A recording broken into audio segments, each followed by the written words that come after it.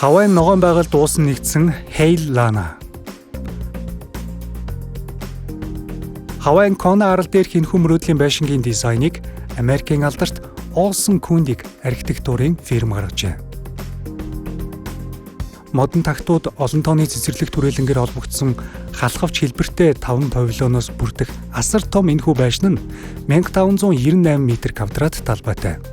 Нэр нь хөөгч байшин гэж орчуулагддаг нь ч санамсаргүй хэрэг биш юм. Байшингийн бүрэлдэхүүн бүр нь газраас бага зэрэг өргөгдсөн тул гадаа талбай болон өдгөн цэцэрлэг түрээлэнгийн дээгүүр эргэлдэж байгаа мэт боловч атрат металлаар хийсэн дээвэр нь агаарт өлгөгдсөн мэт сэтгэгдэл төрүүлнэ. Дизайны эцсийн зорилго нь ил тод байдал, нууцлалын хоорондын тэнцвэрийг дотор болон гадна талд бий болгох явдал байжээ. Hail Lana хавайн газар нутаг дээгүүрх халхавчтай төстэй тул зорилго амжилттай биелсэн бололтой. Дөрвөн зүгийн салхи чөлөөтэй нэвтрэх энэхүү байшин нь архитектурын ил тод, тунгалаг байдлын ачаар бүх талаас нь харагдах ургамлуудтай уусан нэгдсэн мэт сэтгэл төрүүлдэг. Модоор хийсэн байшингийн 5 хэсэг нь гүйдэг шилэн хаалгатай байгаар хийгдсэн нь байшинг тойрон баригдсан бүхэл чулуун хан болон эргэн тойрны орчныг харах боломж олгоно.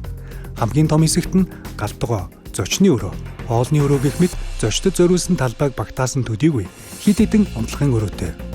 Хаалттай тагт нь энэ хэсгийг бусад 4 хэсэгтэй холбож өгөх бөгөөд эдгээр тус бүрт мастер онцлогын өрөө, зочны өрөө, мөн гараж байрлана. Байшингийн хэсэг тус бүрт суйрлуулсан ховл дээр тохируулгатай модон хаалтуудыг бэглэсэн бөгөөд таны хүсснээр хувийн нууцлалыг хадгалах, нарны туяа, салхины чиглэл зэрэг хүрээлэн буй орчны өөрчлөлтийг хянах боломжийг олгодог.